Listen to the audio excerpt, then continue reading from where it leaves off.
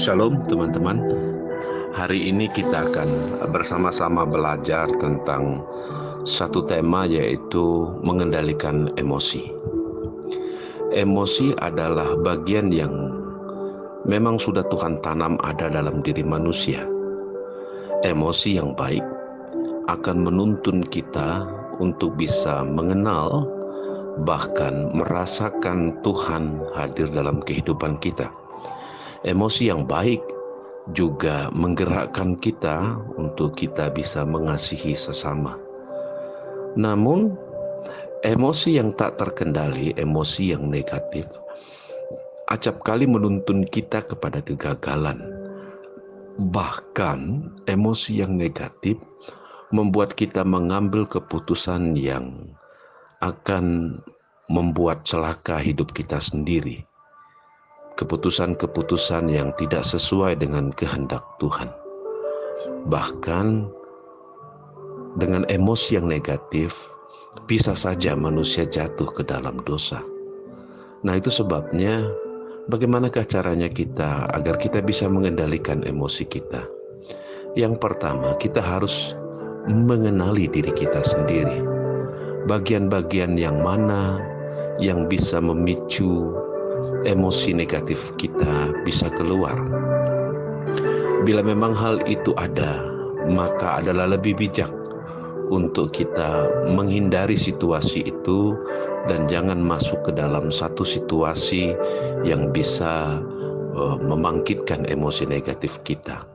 Tetapi saya percaya bahwa bersama-sama dengan Tuhan, bersama-sama dengan Roh Kudus, maka kita akan bisa memiliki daya tahan terhadap pengaruh-pengaruh yang bisa memicu untuk emosi negatif kita itu keluar. Jadi tetap andalkan Roh Kudus, agar Roh Kudus bisa memberi tuntunan dan mengingatkan kita untuk kita tidak jatuh ke dalam dosa ketika emosi negatif kita terpicu oleh hal-hal tertentu. Yang kedua, kita harus memiliki intrapersonal, yaitu mengenal orang lain. Tidak semua orang di sekitar kita sempurna. Setiap orang pasti punya kelemahan, punya gaya bicara sendiri, punya gaya hidup sendiri.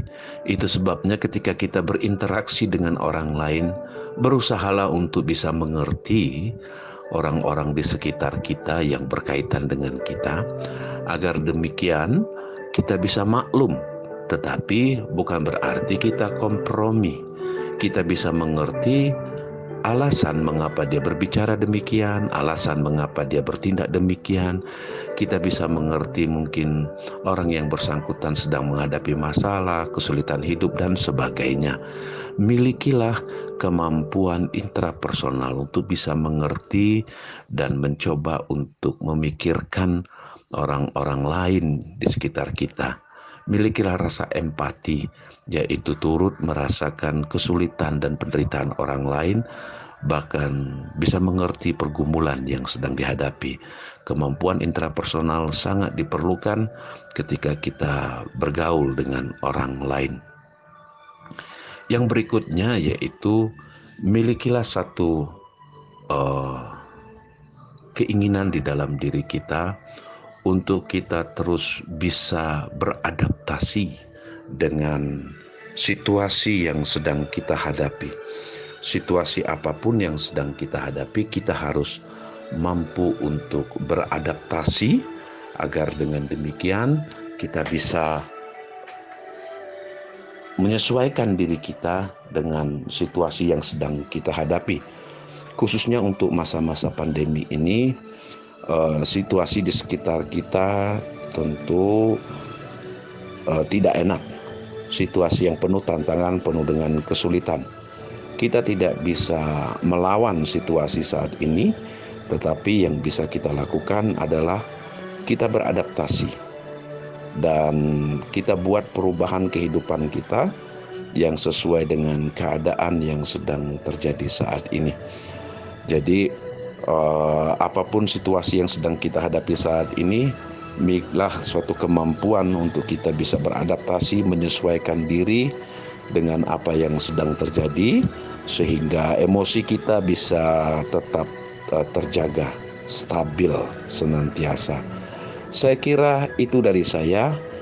Percayalah bahwa emosi itu sudah Tuhan tanamkan dalam diri kita.